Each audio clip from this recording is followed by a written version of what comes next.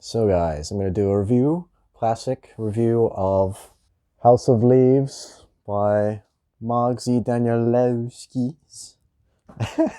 This book is insane. It's an insane book. It's as a three-layer story. We follow an analysis of a movie that is fictional in that universe, or maybe not. Who knows? But it's not online or anything. The main guy that finds this analysis can't find it. The analysis was found from a dead guy. The house, if you don't mind a little bit of spoilers, it defines all conventions of a normal house. It changes size, shape. It's very cold and dark and ancient. And it doesn't make sense, and it's super old. It's from Jamestown, Virginia, whatever, something like that. And whoever finds out about this or lives there goes insane, essentially. Although I have to say, this book is very long. Crazy shit starts happening like this. Like, you can see how the typeface changes and stuff. Or like this part. Isn't that crazy? So it has a lot of visual things, even though it's majority-wise just a normal book, you know? Yeah, so it's 500 pages long. And a very meaty one at that. And it's very... 700. It's 700 pages long, right? The thing with this book, I think the pacing sucks. It's just because of the nature of the way it was done. But gotta say, the biggest thing I find wrong with it is the pacing and also the ending. There's actually two endings. One for the ending of the movie itself that is being analyzed, right? That is a classical, oh, they get back together and stuff. You know, you'll know what I mean if, okay. So the wife and the husband that tries to save his brother, but he's actually dead, and then the wife realizes, oh, she actually wants him back and stuff. They get back together, live happily ever after, basically. He does lose a few limbs and shit, so that's a little bit better of an ending, I think. Some lasting consequences and stuff. The house disappears, apparently. The main guy analyzing the book of the movie can't find any evidence of it. Looks around, goes insane, loses everything, goes broke, and kind of has this post ending of somehow the book gets published with his name credited. The first edition of it gets published via his name at some point. I don't remember how that happens, but probably doesn't say. And the old man's initial analysis.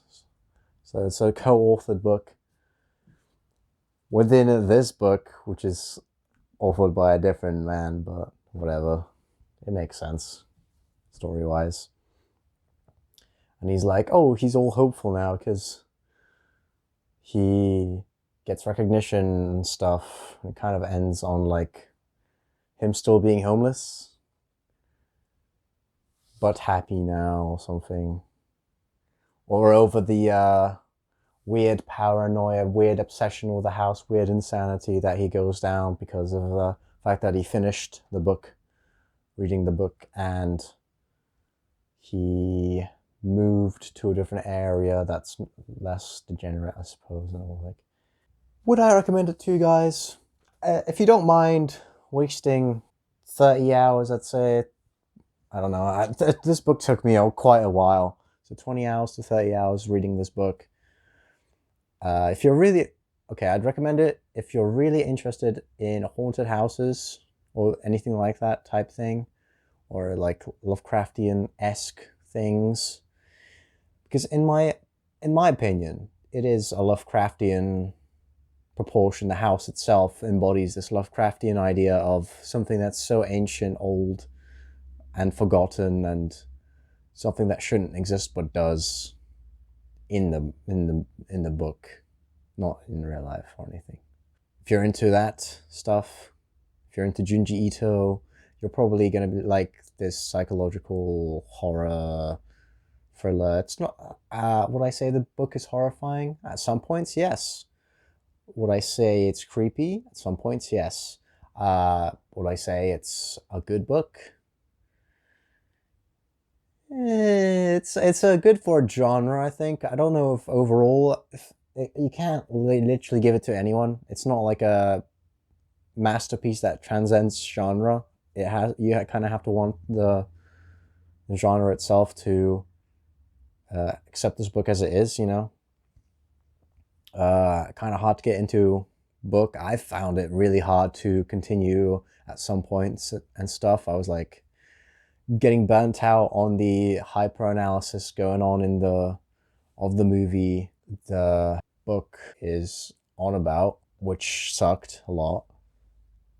So if you have patience and you like Junji Ito slash Lovecraftian stuff, you're gonna like this book, and you probably should get it. Other people, no. Oh, also, if you like the game Control, I think Control is also very similar to this type of thing. Like it has some very similar themes going on.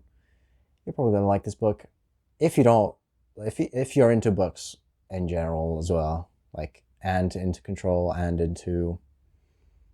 don't mind the pacing, slow pacing. I mean, you're gonna like this book. Otherwise, no. Also, I'll give this book a rating of 8 out of 10. If it was like a 9 or a 10, if the pacing was better, and if the ending of the movie that is getting analyzed didn't suck, which is a documentary, so it's kind of somewhat of a pass because it's, I don't know, but it's supposed to be a realistic ending. It is a realistic ending. It makes sense, but I just didn't vibe with it. I didn't get attached to characters enough or anything like that because of the pacing sucking so much because of the nature of the way the book was written. It's kind of hard to explain as well. It's very confusing to understand, explain to me without having to divulge like another 3 times longer analysis review. So I'll just leave it at that. Hope you enjoyed my opinion. Goodbye.